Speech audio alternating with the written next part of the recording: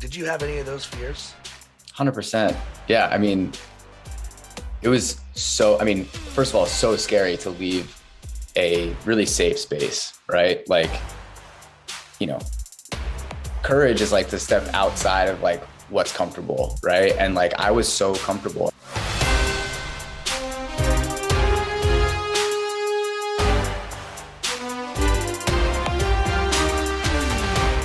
So the water category as a whole is like this plain and boring. I mean, it's as plain and boring as still water until like 2019 shows up. And this little company comes around with the purpose of murdering your thirst. And I'm like, this is their language, not mine. Like these 16.9 tallboys, okay, sourced in the Austrian Alps is formed. And like 3 years later, here we are, like having killer success, pun fully intended, by the way. And I'm joined today by the VP of Marketing of Liquid Death Mountain Water and my guy, Greg Fass. Greg, what's up, man? Oh, good to be here. Thanks for having me on. Yeah. I mean, first of all, good to see you. You know, it's been a while. I know. And I should say that, shame on me. Happy birthday. You've been at the company 18 months now. It's your year and a half birthday, right? Yeah. Yeah. I'm right at like the year and a half mark. 1 week into my second half of this second year. So yeah, feeling good. Do you get anything for that? Do you get like a special tall boy or no? You know, they don't really give out gifts like that. I'll hopefully be able to get, actually, you know what? We're going to the Dodgers Mets game and I'm a huge Mets fan. So that's coming in June. So I'm just going to count that as my gift, being able to go to see the Mets. So how's it been? I mean, like since we last left off, I should let the audience know, like Greg and I know each other from a last life. Well, it's his last life, but not mine. And I mean, when I really look at your career, it's pretty cool to watch, like from the start. Like you had PR chops, you had social media chops, then you had creativity chops, and then you get brand chops. Like, do you see it that way too? I mean, and I guess I should say we met each other from working at MeUndies for like at the end of your stint, but you were there for 8 years and got to do a lot at that company. Yeah, I mean, I think I always just had like a non-traditional way of doing things from like when I was a kid, I think. And I just didn't have like the same sort of like straight line path from like, wanting to study marketing and then, getting a degree and then going and getting a marketing job right out of college. Like for me, I had this like windy road of like not really knowing what I wanted to do, just knowing that I actually like hated corporate marketing. Right. And so, coming out of college, I had, always had a big love for music and the music industry. So I started getting social media and PR chops, just like as an intern at a music management and booking agency in New York, running new artists' social media pages, starting Instagrams for them, So yeah. And, when I found out, that, but I figured out that wasn't really for me, like grinding in music. I leveraged my experience in, doing PR for these up and coming musicians to try and, to getting to work with some startups in LA when I moved out here, coming out of Science Inc., like MeUndies and Dollar Shave Club, and, helped craft some of their PR narratives but deep down, I didn't want to be at at an agency. I wanted to get my hands dirty, like at an actual brand. And that's, how things started for me at MeUndies. I joined in as the second employee there. And I think, growing up as like a snowboarder and a skater and being in these kind of like counterculture worlds, like we all had this crazy distrust of corporate marketing. Like whenever we were at a competition or watching a snowboard video and some like non-endemic corporate brand would come in and, sponsor it or try and like, create a commercial with a top snowboarder, it always just felt so cheesy and lame. And so, it was never something I wanted to do. And so when I got in at MeUndies, it was like, what's going to be the non-traditional approach to marketing underwear, right? And how can we bring a little bit of culture and fun into that business, which was super, stodgy at the time as well, similar to kind of what water was like. And so, yeah, I mean, I think we always, even the early days at MeUndies, like coming up with some of these like PR stunts and like approaching underwear in this like hilarious way. I mean, it was all like kind of making fun of the corporate marketing bullshit. Right. And I think since so many people also feel that way about marketing who are buying the products, like it always kind of like resonated. And that's something that really, when I found Liquid Death, it was, to find a founder like Mike, who literally like feels the exact same way as I did, and how so many of these other people, and whether you grew up in music circles or action sports, like you kind of all have the same sort of mindset. It was a place that I could instantly identify with. So yeah, it can be absurdly hard being in the agency seat when like knowing your truth is I'm going to have to convince this person something different of what they truly believe.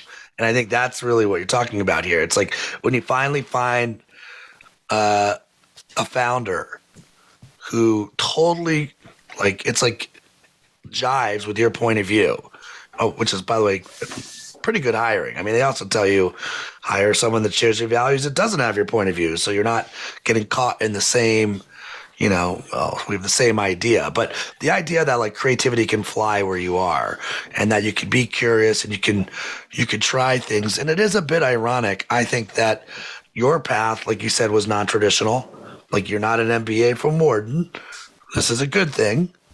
Sorry, I love you, Wharton people, but like you're unique. You're unique to that, and I kind of feel like you're home now. Like you're home in a company that, And so maybe the question is, if you agree with this, and his head's nodding, and this is where I wish I brought video into this. So I'm assuming you agree.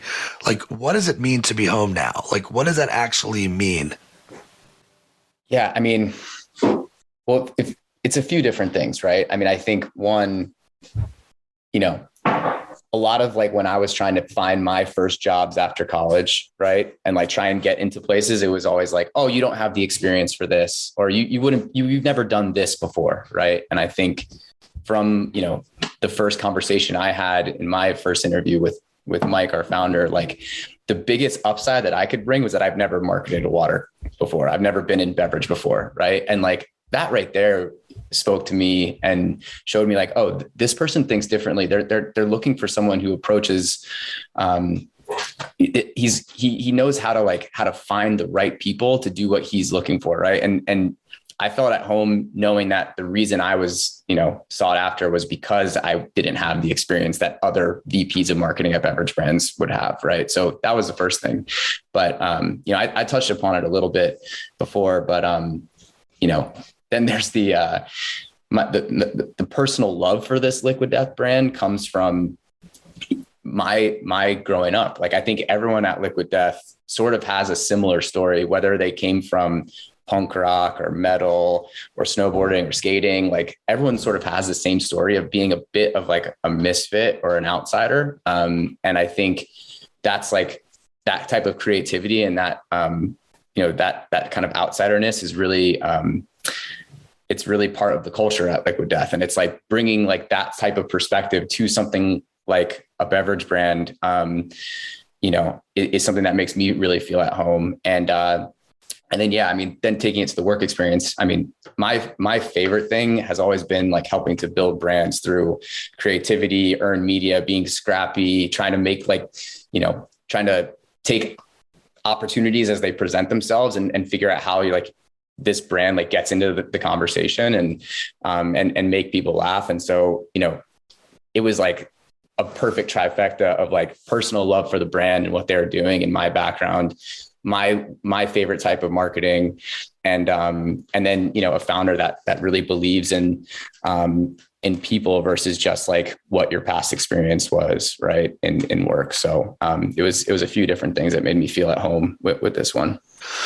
So the category, as you've already kind of mentioned, it's so, I wish there were better words than this. It's kind of cliche, ripe for disruption. I mean, it was like, it really was, right? This is a commodity category that like purity and like everything was like the same sort of themes on water. And it's like coming from the French Alps and then all of a sudden you guys show up and I mean, I adore like leaders that find commodity arenas and are like, oh, like let's bring the personality. So I guess I wonder, have you guys thought about it? Like, are you a water company that's bringing humor to the table, or are you a comedy company that happens to sell water? Yeah, it's a great question. I mean, I'm not sure if, a comedy company would be the exact phrase that we would use, but I think we are definitely more on like the lifestyle entertainment brand side of that spectrum. Right. And I think, the way that we sort of think about it is like, we are the healthiest thing you can possibly drink, right? Water. And we are put into infinitely recyclable tallboy cans. So it's more sustainable than, the plastic bottles that are polluting our oceans and the planet. Right. And so at the heart of it, we are a good for you and a do good brand. Right. But, for some reason, like every brand that comes out that's either healthy for you or that is good for the environment feels like those are the only two things that they can talk about. Right. Meanwhile, these unhealthy brands who would never want to talk about an ingredient that went into their beverage or their food item, they just get to have all the fun, right? They get to do all the entertainment because they're kind of handcuffed. They can't talk about what's actually in the product. Right. And so for us, it's like, why do we have to play on that, why can't we play on that same field? Right. And so that's the thing. Like, that's why we, build our can to look like a tall boy of beer. That's why we focus on entertainment, right?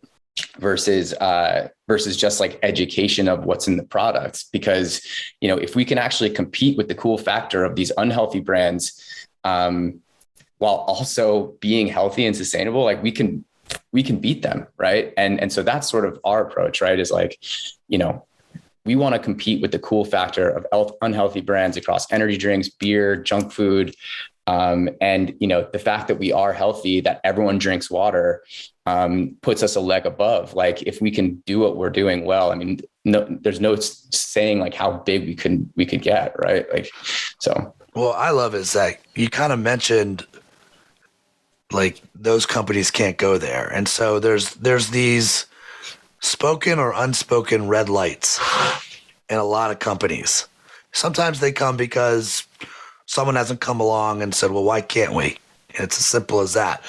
But often there's fear. There's just fear and there's politics and there's all these things getting in the way of a green light idea. Like you said, wait a minute, if we're good for you, we're healthy for you, like, and why can't we have fun and bring some personality to the table? So I'm curious, when you sit in a leadership team meeting, like take us behind the scenes a little bit, if you can. Like what's it like? I mean, I guess you've been in Zoom like everybody else, but like, what's it like? Is it fun? Is it how many people?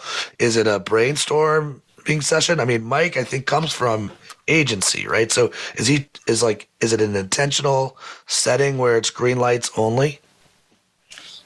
Yeah. I mean, it's basically like, to distill it down into just a few words, it's like, what's like the dumbest possible idea that we could think of? And like, that's usually the best one. Right. And, I think as someone like, Mike, he does come from years of agency experience, right? Creative director, writer. And this brand is really like his brain, right? In a brand. And, over the years, he had like all these brilliantly hilarious, but like dumb ideas.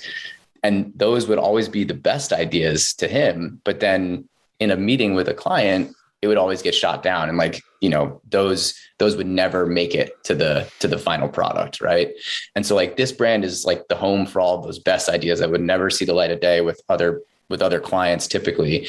And I think we just take it one step further by like always pushing like the dumbest possible thing. Right. Because usually like the simplest, dumbest thing is what's going to like actually get people talking. right? And I mean, that's how we got to ideas like putting Tony Hawk's blood in a skateboard and selling it instead of like having him talk about what he loves about our water, right? Like that's where we're at here, right? And I think the other thing to note though, like with that is like, yes, these are crazy dumb ideas, but like every crazy marketing thing that we do here, it only really works because there is that like strong positive message or purpose behind it, right? Like, you know, we do give back 10% of our profits to kill plastic pollution.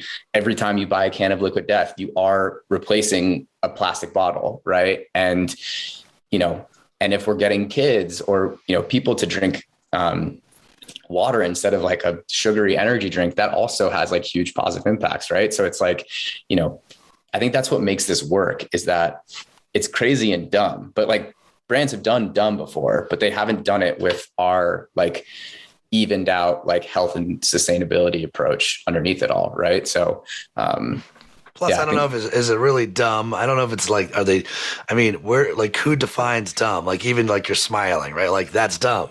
And like the subtext is like dumb. Like, what do you mean dumb? Like dumb, like, oh my God, that's funny. I want to talk about that idea. And I also don't think that, like, from a business standpoint, there's not a lot of, I'm sure Mike would say differently, although I've never, I don't know him, but like, I don't sense dumb luck either. Like, I see like a real idea and a real category that was there for the taking, where play could happen. And again, I find myself in the land of keynote speaking now, and I'm always looking for commodity brands to like break the mold of what's possible. So even the idea of like, all right, let's talk about what's dumb and going for it. Like, does that become the brief dumb moment? You know, are you guys, is it on a brief or is it just more spoken? Yeah. I mean, our briefs are also really, really simple. It's usually just a few words on a page, right? Like we try to keep it simple and pointed, but yeah, I mean, it is part of what makes liquid death, right? Are these types of ideas.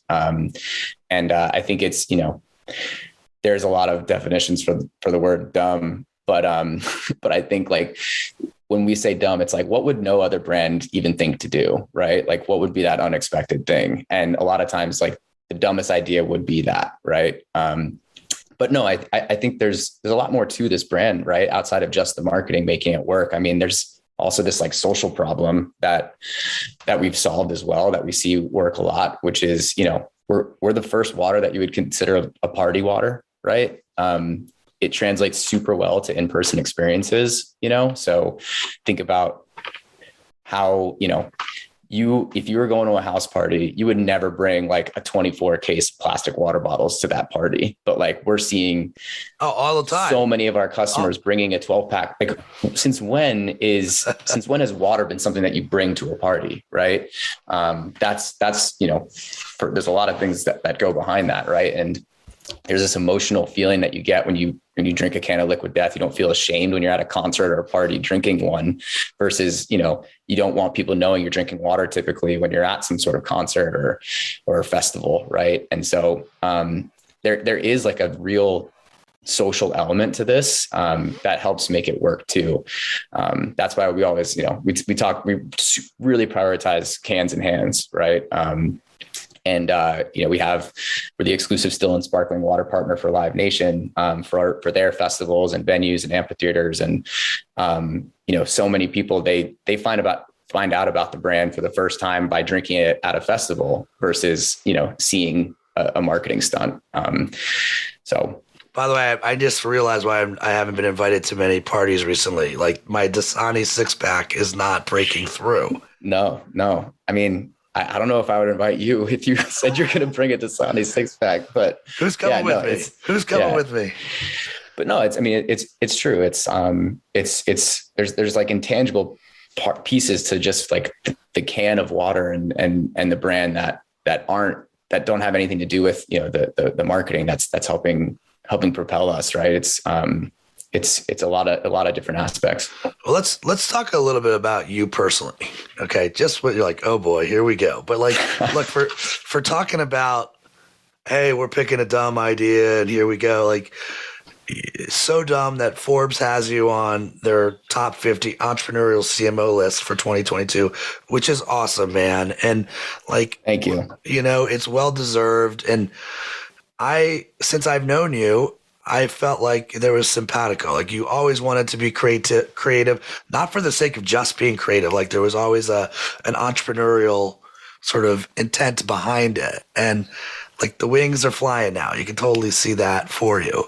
But like maybe like what are your principles for, because like when it comes to thinking about how you've landed on something that works for you, like you feel like okay, that's just dumb enough, or that's a good idea. Like what are you looking for? What am I looking for in an idea, or just, I mean, I think for me, like principles, like to focus in on like my principles, I think it's originality. I don't know what it is. I'm just like, I just have this really deep hunger and motivation to like work on fun stuff like this. So, I mean, that's part of it, right? It's like, this isn't work to me. Like, I truly love it. Whether it's something in my personal life that I'm trying to put my friends on to like a new song I heard, or like a new brand that I found, like I'm constantly pushing like things that I think are cool onto like the people around me. And I think that like, that sort of comes into play at scale with the brands that I'm at. So like, are you the type of guy that has like are you right? You wake up at 2 a.m. Are you you're going right to your phone if you have an idea and you want to like, I want to email this to me so I don't forget it? Are you I got a notepad? Are you, I'll remember it in the morning? Like, how does your process work? So I surf and run. Those are like two things that I like to do in the morning. So I'll run with our dog, Ralphie, or I'll go surf if there's waves. And like those things like that truly clear my head, and I'm not looking at my phone or anything, is, it helps like when I do sit down for work hours, right? Like I can actually put my all into those things. If I think of something, I'll try to, send a Slack or text it to myself if I think of something, but, I just love, getting together with my team here and just talking through things. And like, I think the best ideas come from that. And, yeah, I mean, we're so lucky because like everyone on this team, no matter what position you're in, everyone is just so incredibly creative here that like ideas don't just come from like one person or one thing. It's always coming from different inputs. But yeah, I mean, I think like, oh yeah. And how big is the team? The team is about 20 on the marketing side across like a bunch of different functions, from like project and program managers, social team. Yeah, we put a lot into like our owned channels, right? Like we really don't do much in the traditional media side of things, unless it's like a strategic play for us. All like everything that we do is put into like perfecting these ideas that we put out into the world on like our social channels, our website, and some press, right? Like we keep the math pretty simple here. But yeah. But do you run it like an SNL newsroom where it's like, all right, let's go, or like the edit, like it's a room where it's like, come up with your ideas, present your ideas, we're in a safe place? How does that work? It's not as formal. I can't, I'm not going to go into like specifics of it, but I mean, it's just, it's constantly coming from different places. And I think that's what keeps each idea unexpected and different, right? We're not falling into like the same rut of, types of ideas here. So, yeah, it's constantly coming from, whether it's people that we're friends with outside of the company, different employees within the company, like everyone's kind of coming up with stuff. But yeah, Mike is the holy grail for ideas. He's on a different level. But yeah. So let me ask you this. I mean, look, this is a show about courage, right? And I always say, you fear and courage are brothers. You got to go through the fear part to get to the good stuff. And as we stated earlier, you're a year and a half in. But when you first start, are you terrified? Like, are you afraid that like okay, are my ideas going to be good enough, or am I going to be able to hang? Or, you've been in this last company for 8 years. You just never know when you get into this new world. Like, did you have any of those fears? 100%. Yeah. It was so, I mean, first of all, so scary to leave a really safe space, right? Like, you know, courage is like to step outside of like what's comfortable, right? And like I was so comfortable at MeUndies. I had been there for so long. I knew it like the back of my hand. It was fun work, but it was safe work for me at the time. And so, the hardest, scariest thing was like leaving that comfort zone. And yes, joining at a place where like, I knew I loved it, but it was like, how am I going to fit in here? Like, who am I going to be working with? I mean, starting back at like not square one, Liquid Death had already been around for, a couple of years, like, but starting back like at an earlier stage, it was very scary knowing how much work has to go into it, how much luck for getting something to like actually, become the best thing on the internet that day. Like a lot needs to go right. And it was really scary to take that leap. But as with most things, the things that you're most scared about become the biggest payoff. Right. And, I'm happy every single day when I wake up that I made that decision to come over here and start something new that really freaked me out. But yeah, that's, stepping out of that safe space and into like this arena, I think is the best decision I could have ever made. I'll lame it up for you. I mean, it's a love story. I mean, it's like when you get to do what you love every day and maybe you could provide, cause you lived it. And it, like you said, it wasn't that you didn't love MeUndies. It was just safe at the end. Right. So for someone that's listening right now, that's like, they want to be in a culture that's a green light culture. Right. And you could decide who you want to address first. Maybe there's a you in a company that's responsible for building a team and they want more out of their team. They want more green lights. So you get to decide, like maybe a piece of advice for each of them. Someone who's in a job right now that's sort of, they're probably envious because you get to play every day and they don't feel they get to play every day. And they feel like they have a choice to make. They even need to have a courageous conversation with the person they're reporting into, or they need to leap. So something for them. And then if you are in a position of, this is my team, and I wish I had more from my creatives, more green lights, give one piece of advice for both personas. So for the first one, look, I think if you have like all these creative ideas that you want to do, or you have like all this creative energy that just won't see the light of day for whatever reason, I think, well, one, there's always the opportunity to go out and do something on your own. Right. So like when I was at MeUndies, I had two of my good friends. One, wrote scripts. The other is a painter. And like, we spent 3.5, 4 years of our lives in our off time, like writing and illustrating a children's book for adults called Emotional Robots, which you can buy on Amazon. It's super cheap. It's not selling very well, but it was an amazing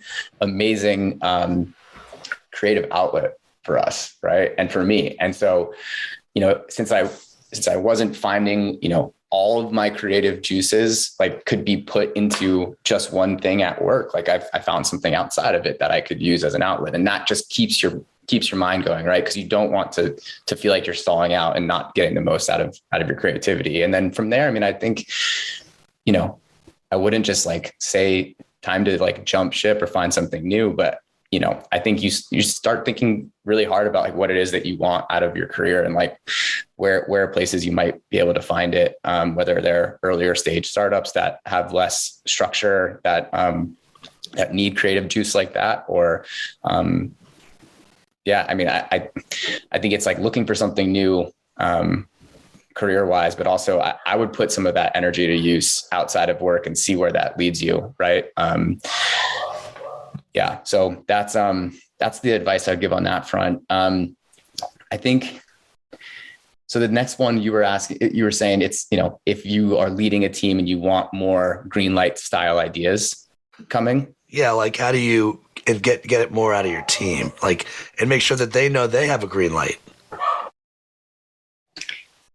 Man, I mean, from what I've seen here, it starts with the person who's making the decisions at the top, right? Like there needs to be some really like out there ideas that will help foster and show that it's okay to have that kind of thinking, right? And it's like, you need to lead by example, and show that this is a place where that stuff will not be made fun of, right? Like it's a place that, it's okay to fail at, right? Like you need to foster that culture by doing things, by having vulnerability, as a leader. And I think that's what's going to let people feel like they can be creative. And I think, that's something that Mike does so well here is like, he knows that like, no matter how good an idea is or how great we all feel about it, like 9 times out of 10, it's not going to work the way that we want it to, and like, because of that, we're not afraid to come up with these types of ideas or concepts and pitch it to them all the time. Right. So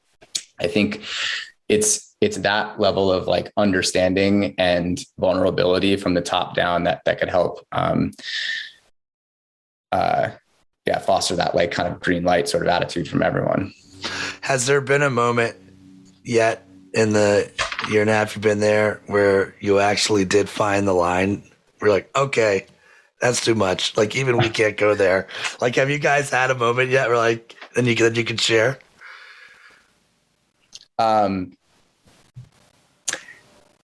It's funny. Like there actually hasn't been that moment yet. We basically shoot for like 50% positive sentiment on everything, right? So we like use our social listening tools, and if we get to like 50% positive sentiment, then we've done it. Like when we did our Super Bowl spot earlier this year, that was like we hit it like right on the dot. It was like 52% positive sentiment, and it was like the arguing and the going back and forth on Twitter was just like brilliant. It drove the video up to like 17 million views across the different platforms. I mean, we haven't really found the line yet, but I think it's because we're very intentional with the math, right? Like, I think there's a lot of things that we have put out over the past year plus that could have easily gone over the line if they didn't have like it's just water, it's healthy for you, it's sustainable, there's a give back component, right? Like, putting Tony Hawk's blood on the skateboards, people were really angry about that. Some of them at least. Right. But like, it's hard to argue with like selling skateboards with Tony Hawk's blood that benefit both plastic pollution charities and Tony Hawk's skate park project. It's hard to really be mad at, a campaign like our Cutie Polluties, which are these mutilated stuffed animals, sea animals, right? That are mutilated by single-use plastic, right? And like they're gory looking animals. We, had an ad that like, made it look like a kid's toy, right? And like people were like, this is wrong. But at the end of the day, it's like, we have to do something to get your attention about how bad plastic is, right? Like, is the problem our dolls or is the problem plastic pollution, right? And right. I think having that balance has always helped us stay on the right side of that, like 50%. Right. And, what I love about that, so do you know who Shep Gordon is? Supermensch? Yeah, I think so. So was Alice's Cooper manager years ago. Yeah. Had a chance to go hear him speak. And they literally created like the Alice Cooper principle. And it's like, if parents hate it, we'll do it. And in some ways, that's kind of your 50% principle, right? Like, oh, this is actually going to be really good that mom doesn't love this, right? Okay. Yeah. Well, mom doesn't love it, right? The next gen probably do. And we're kind of full circle back on like that non-traditional need, like to not surrender to just a format. Like, what's the actual story? And like, how do you, whether it's a great idea or a dumb idea, or those are the same things, right? Like, coming up with something that's going to break through and actually make people want to talk about it, to your point. And I love that you're using tools to actually track that. What's been the favorite, like one moment, if you had one favorite to take us home on, what's been your favorite moment for the whole experience so far? For For me, it's got to be the Tony Hawk campaign. I mean, I know that's like an easy one, but I mean, as like a skater and snowboarder growing up, like, first of all, the fact that we got to like take Tony Hawk's blood and put it into skateboards was like, that on its own would have been a highlight, right? But to then see something actually become the best thing on the internet that day and like take over the news cycle for, you know, it was trending on Twitter for almost a week.